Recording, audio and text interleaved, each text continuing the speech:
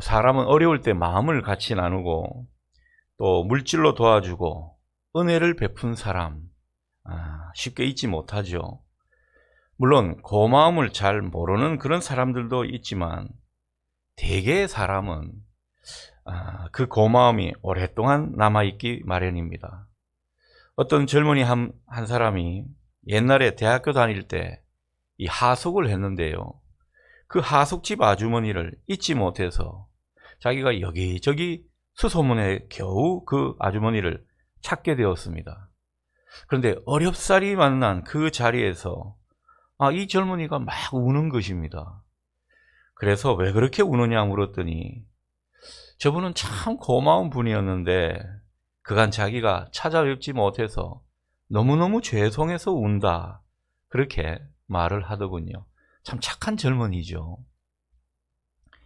감사절기를 우리가 맞아서 이 새벽기도회를 가지고 있는데 특별히 이번 주간 우리가 좀 감사했던 분들, 그간 우리에게 참 잘해주고 은혜를 베풀었던 그런 분들의 얼굴을 우리가 좀 떠올리면서 특별히 기도하는 자리에서 그분들을 위해 특별히 또 우리가 기도하는 그런 모습이 있으면 좋겠습니다.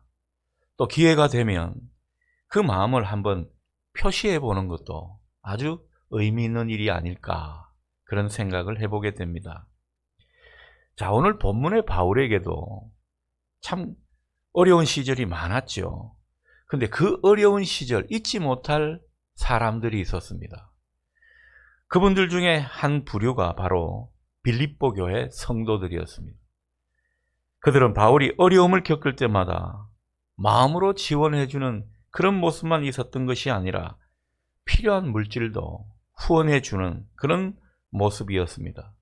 나중에는 아예 바울을 섬기기 위해서 교회 중직자 한 분을 바울에게 보냈죠. 그래서 바울의 곁에서 뭔가 좀 돕는 사역을 하도록 조치를 해 주었습니다.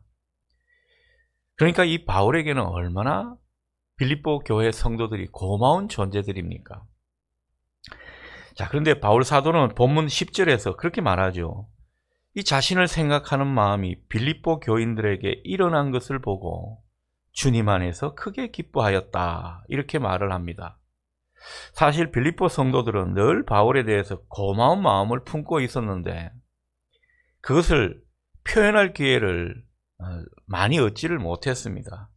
그래서 뭔가 이 돕는 일들도 중단이 됐던 모양입니다. 근데 그것이 다시 이제 재개가 되었죠. 바울이 어려울 때 가장 힘들다고 생각하는 그때에 어떻게든 다시 후원하기로 결정하고 그 일을 이루어 가게 된 것입니다. 자, 그런 배경이 오늘 말씀 가운데 있죠. 자, 그런데 오늘 본문에는 우리가 너무도 잘 아는 유명한 말씀이 있습니다. 13절 말씀이죠. 내게 능력 주시는 자 안에서 내가 모든 것을 할 수 있느니라. 듣기만 해도 은혜가 되는 말씀이 아닐 수가 없습니다. 많은 성도님들이 이 구절에 밑줄을 긋고 암송하기도 하죠. 하지만 또 이 말씀은 그간 많은 오해도 우리에게 불러일으킨 말씀이기도 합니다. 내게 능력 주시는 자 안에서 이 앞부분은 조금 생각을 하지 않고 모든 것을 할 수 있다, 할 수 있다의 방점을 많이 찍고 이 말씀을 생각하는 거죠. 자칫 하나님이 능력 주시기만 하면 내게는 불가능이 없다, 능력 주시기만 하면 나는 뭐든지 할 수 있다, 이런 뜻으로 우리가 많이 이해를 하고 있더라는 것입니다. 요즘같이 사는 게 좀 힘들고 또 불확실성이 더욱 커지는 그런 세상 가운데서는 당신은 모든 것을 할 수 있습니다, 이런 말씀을 듣게 되면요, 얼마나 위로가 되고 얼마나 힘이 생기고 또 감동이 되는지 모릅니다. 그간 이 말씀은 우리 안에 있는 이 긍정의 기운, 긍정의 힘을 막 끌어올릴 수 있는 좋은 말씀으로 사용되었다라는 것이죠. 근데 사실 이 말씀만 따로 떼어놓고 보면 크게 틀린 말씀도 아니지만 본문의 맥락에서는 그 뜻이 좀 달라집니다. 우리가 이 말씀이 과연 어떤 뜻인지 다시 한번 마음에 새기는 이 아침 되면 좋겠습니다. 자, 바울이 자기를 후원하는 빌립보 교회에 감사 인사를 하면서 아주 특별한 말을 했죠. 오늘 11절, 12절을 제가 풀어서 한번 여러분에게 옮겨드리면 이런 말씀이 됩니다. 여러분들이 나를 생각해주고 도와준 것은 아주 기쁘고 감사한 일입니다. 아마 여러분들은 틀림없이 하나님께 복을 받을 것입니다. 하지만 사실 나는 그런 것 없어도 괜찮습니다. 나는 어떤 형편에서든지 자족하는 것을 배웠기 때문입니다. 나는 비천하게 살 줄도 알고 풍족하게 살 줄도 압니다. 배부르거나 굶주리거나 풍족하거나 궁핍하거나 그 어떤 경우에도 적응할 수 있는 일체의 비결을 저는 배웠습니다. 이런 뜻이 됩니다. 자, 바울이 여기서 자기는 궁핍한 게 없고 도움을 안 줘도 크게 상관없습니다. 이런 식으로 말을 하는 것 같거든요. 이 말은 상당히 오해를 불러일으킬 수 있는 그런 말이 될 수 있습니다. 아니, 뻔히 어려운 사정 알아서 그렇게 도와주겠다는데 저는 괜찮습니다. 안 도와줘도 됩니다. 이렇게 말을 한다면, 아니, 이 사람 봐라. 참 사람이 교만하구나. 뭐 이런 생각도 할 수 있더라는 거죠. 도움을 받아야 될 때는 도움을 받아야 되는데 나는 괜찮습니다. 이렇게 말을 한다면 너무 지나친 당당함이 아닌가. 그래서 뭐 도와주고 싶다가도 그래, 뭐 알아서 하세요. 이렇게 될 수 있는 그런 말이 된다는 거죠. 바울이 그런 뜻으로 한 말일까요? 아마 그런 뜻으로 한 말은 아닐 겁니다. 자, 우리가 알다시피 이 바울은요, 이 다메섹 도상에서 예수님을 극적으로 만나게 되죠. 그리고 급격한 회심을 하게 됩니다. 그 회심한 이후에 바울의 삶은 시련의 연속이었습니다. 바울이 자기가 얼마나 시련을 겪었는지 자주 고백하죠. 바울의 삶은 참으로 비천과 배고픔과 궁핍에 처한 삶이었습니다. 태생이 좀 부유하게 태어나서 그런지 몰라도 간혹은 풍족하게 살기도 했습니다. 그러나 전체적으로 보면요, 아주 많은 세월 고생하고 또 어려움 가운데 지냈습니다. 그리고 자기가 복음을 위해서 특심한 마음을 가졌고 하나님께서 자기에게 특수한 사명을 주셨기 때문에 다른 사도들보다 훨씬 고생을 많이 했죠. 때로는 따돌림을 당하기도 하고 쫓기기도 하고 매를 맞기도 하고 얼마나 비난을 많이 받았는지 모릅니다. 죽음의 위협 앞에 놓인 일들도 한두 번이 아닙니다. 하지만 이런 삶 가운데서 바울이 이 바울 서신을 통해서 쭉 고백하는 모습, 또 사도행전을 통해서 우리가 간접적으로 알게 되는 모습은 결코 비관적으로 산 분이 아니었습니다. 인생을 부정적으로 보지 않았습니다. 비극적으로 자기 생을 바라보지 않았습니다. 오히려 자기 삶을 돌아보면서 감사한 마음을 가졌습니다.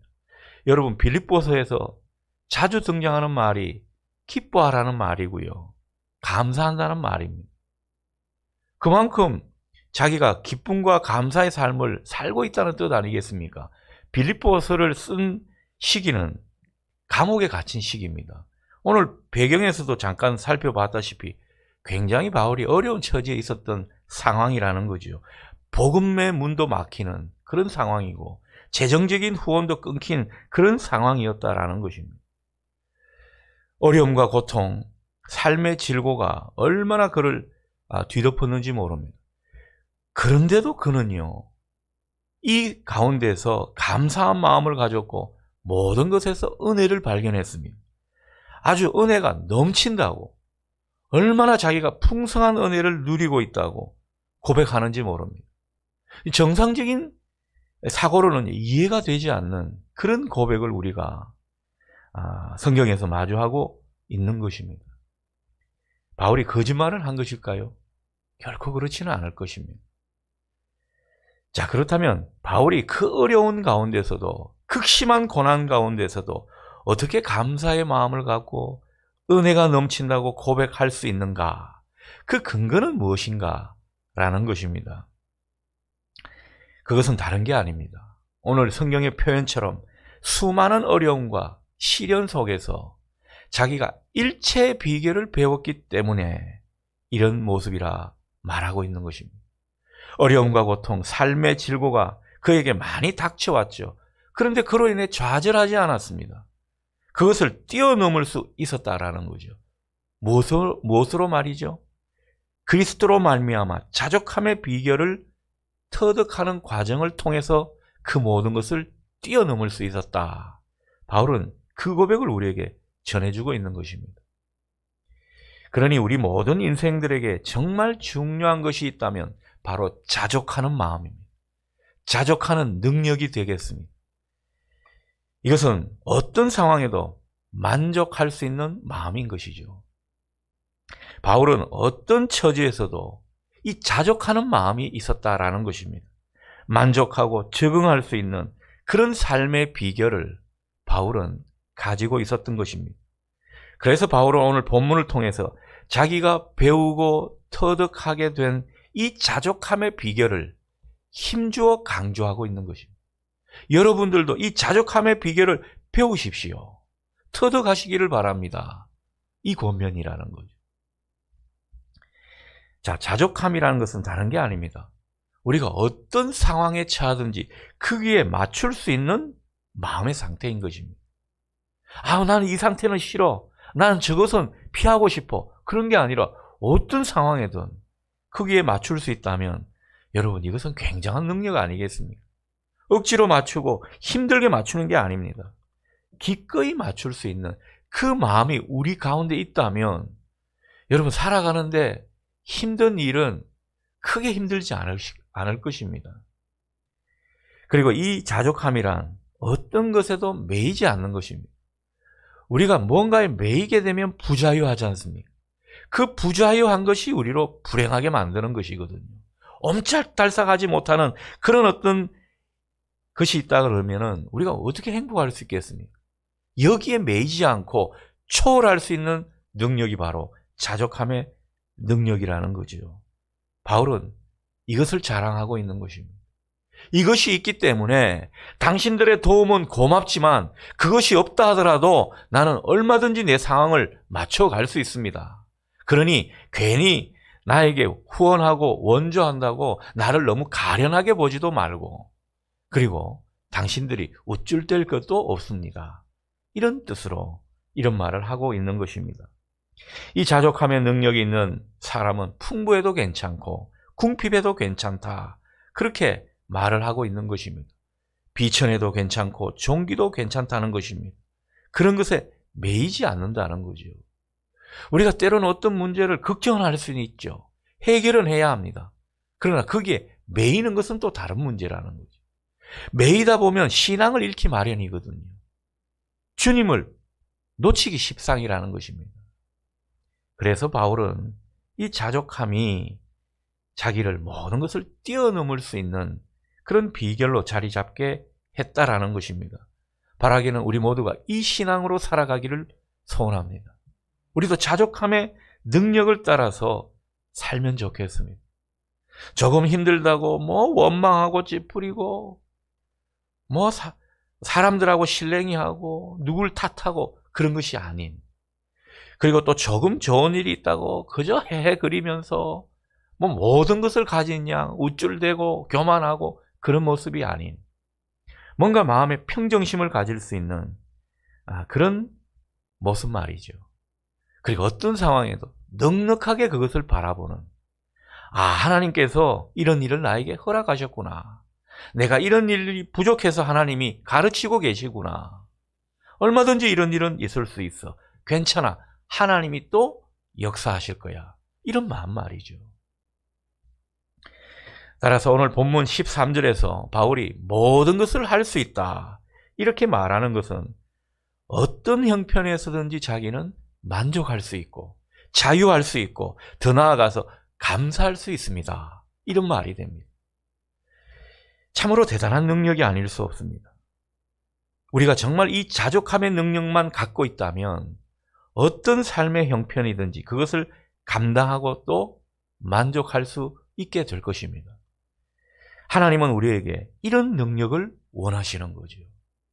내가 기도하면 내 욕망대로 하나님이 모든 것을 해주신다. 나는 할 수 있다. 그런 것이 아니라 어떤 상황이든지 그것이 좋은 상황이든 안 좋은 상황이든 거기에 내가 맞추면서 하나님하고의 관계를 잃어버리지 않고 그리고 내가 오늘 마련된 그 행복을 누릴 수 있는 이런 마음의 상태, 이런 능력이 바로 자족함의 능력이고 오늘 우리에게 이 능력이 있기를 소원하는 것입니다. 여러분이 이것을 위해 기도하시면 좋겠습니다. 여러분 처지가 어떻든 거기에 다 맞출 수 있다면 나는 괜찮다고 그냥 입으로만 다른 사람한테 아닌 척하면서 말하는 것이 아니라 진짜 괜찮다면 여러분 그것은 하나님께서 우리를 행복으로 이끄시기에 얼마나 적절한 마음의 상태인지 모릅니다. 우리가 이 마음 상태가 안 되니까요. 불평과 원망이 잦아들게 되는 거죠. 그래서 하나님이 없네. 하나님 도대체 뭐 하시노? 저건사한테만 역사하시나? 나한테는 왜 역사 안 하시나? 이런 말을 하게 되는 거죠. 안타까운 것은 많은 그리스도인들이 이 자족함의 능력을 잘 못 누리더라는 것입니다.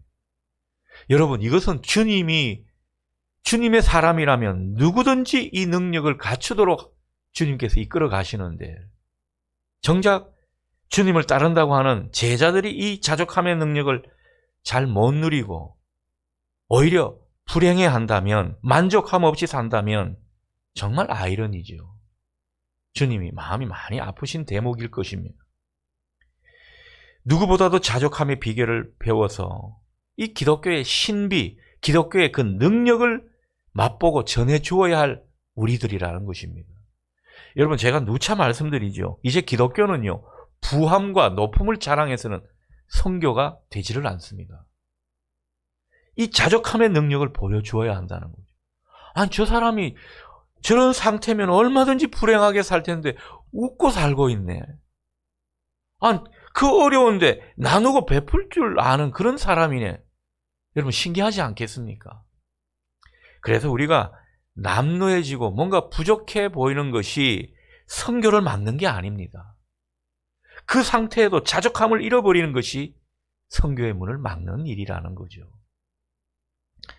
우리가 정말 이 주님께서 바울을 통해서 자족함의 능력과 비결을 통해 우리에게 주어진 삶을 살라고 하시는 이 말씀을 그대로 받아들이고 이 말씀 따라 살아갈 수 있기를 주님의 이름으로 축복합니다. 어떤 상황에서도 자족하면서 살 수 있는 비결은요, 다른 데 있지 않습니다. 주님의 능력에 있습니다. 이것은 주님에게서 오는 것이라는 거죠. 그래서 오늘 주님께서 13절을 통해서 그렇게 말씀하시는 것이죠. 내게 능력 주시는 자 안에서. 주님이 능력을 주셔야 된다는 거죠. 또 한 측면은 어떤 것입니까? 주님 안에 있어야 된다는 거죠. 이게 키라는 것입니다. 내게 능력 주시는 주님 안에 있을 때 그리고 그 주님과 함께 살아갈 때 우리는 자연히 자족함의 비결을 터득하게 되는 것입니다. 우리가 주님과 좀 더 친밀한 관계 속에서 살아가고 주님 안에 든든히 살아가는 그런 인생이 되어갈 때 우리는요, 이 자족함의 비결을 점점 배우게 되는 것이죠. 바울이 한꺼번에 그런 모습을 갖춘 게 아닙니다. 그 오랜 세월 주님 안에 살고 주님과 더 친밀한 교제 속에 사는 가운데 모든 것을 이기는, 모든 것을 맞출 수 있는 이 자족함의 능력이 터득이 된 것입니다. 그러니 여러분, 이 자족함의 비결을 배운다는 것, 이걸 터득한다는 것 하루아침에 되지 않습니다. 오랜 세월 체험을 통해 배우는 것입니다. 우리가 계속해서 주님을 만나고 또 늘 하나님의 임재 가운데 걸어가려고 예를 쓰다 보면 우리는 하나님 나라 보화를 선물로 받게 되고요. 또 세상 사람들이 알지 못하는 이 자족함의 신비도 우리가 누리게 되는 것입니다. 중요한 것은 우리가 그 가운데 자족함의 비결을 배우고 깨닫는 그 모습 가운데 감사의 삶은 더욱더 일어나더라는 것이죠. 우리가 만족하며 감사하는 그런 어떤 능력 있는 삶을 살게 되는 것입니다. 여러분, 그래서 능력은요, 내가 뭐든지 할 수 있다가 아니라 모든 것에 만족하고 감사할 수 있다. 이 능력을 말하는 겁니다. 바울이 지금 말하는 능력은 말이죠. 그러므로 여러분, 이 추수감사절기를 다시 한번 의미 있게 보내시기를 바랍니다. 그간에 주님과의 관계를 다시 한번 재조정해 보면서 주님 안에 든든히 살아가십시오. 우리가 정말 말씀을 듣고 그 말씀에 순종하는 삶, 그리고 하나님 뜻을 이루어가는 삶은요, 주님 안에 든든히 있는 모습입니다. 우리가 예배를 소홀히 하지 않고 하나님의 임재를 사모하면서 하나님 앞에 겸손함을 잃지 않는 것, 우리가 주님과 친밀한 관계 속에 살아가는 증거입니다. 우리가 매일매일 하늘의 양식을 내 진짜 양식 삼아서 그렇게 살아갈 수 있다면 주님을 마음에 든든히 모시고 사는 인생 아니겠습니까? 이게 비결이라는 거죠. 이런 세월을 점점 더해 갈수록, 이것이 진실하게 우리 삶이 돼 갈수록 우리도 모르는 사이 자족함의 삶을 배우고 내게 능력 주시는 주님 안에서 우리는 모든 것을 만족하고 감사할 수 있게 될 줄 믿습니다. 오늘 이 은혜가 여러분 모두에게 있기를 축원합니다. 아멘.